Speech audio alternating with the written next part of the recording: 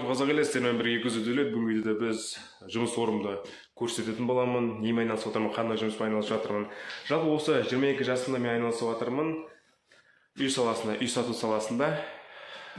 Үй сатамын, не қыламын. Жалпы біздің офисіміздің не қарапайым ғана, кішігірім осындай гүлдер бар. Бұл жақта ремонт әлі біткен жоқ. Көшкенімізге бір аптада болған жоқ, өйткені мен отыратын орным, ноутбук, кітап, анасына кітап оқып қоямын. Міне. Так, міне бізден жұмыстан бесплатный ноутбук береді, бірақ мен алған жоқпын, өзімде бар. Бесплатный телефон, бесплатный тариф. Міне, менің коллегам отыратын орны. Жалпы міне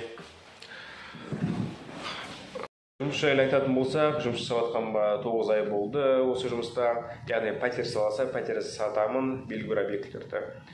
Неге адамдар қызығып жатады бұл пәтер саласына? Өйткені бір пәтер сата салып, оған көп адамдар өз дәуресін алады, материал сататындар, ипотекалы брокерлер, дизайнерлер, юристер, сол сияқты.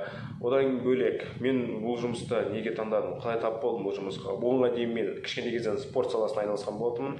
Спорт саласында ғана өзім яғни икемім бар еді. Одан бөлек профессия юриспруденция, оқу бітіре сала осы жұмыстарды таңдадым, или жұмыс мені таңдадым, сондай оқылай дер.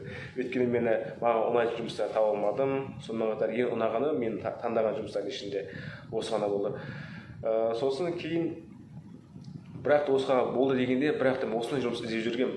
Кейін осындай жұмысты таптым. Мен таба алдым өзі. Сондай болды, сондай қызық болды.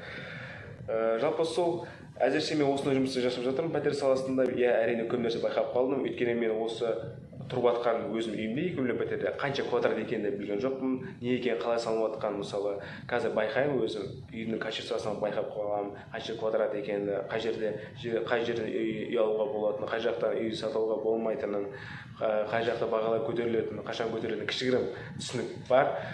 Құдай қаласа, егер де мысалы көмектер болатын болса, сұрақтарыңыз болса комментарийға қойып кетіңіздер, көмектесемін әрине. Құдай қаласа, басқа да видеолар шығады, Жақсы сау болыңыздар. Видео шіместен бұрын сіздер сұраққа жауап берсеңіздер, өздеріңіз қандай жұмыс жасап жатсыздар, сонымен қатар өзіңіз жасап жатқан жұмыстарыңыз өздеріңізге ұнай ма, жасыңыз нешеде, сол сияқты. Жақсы сау болыңыздар.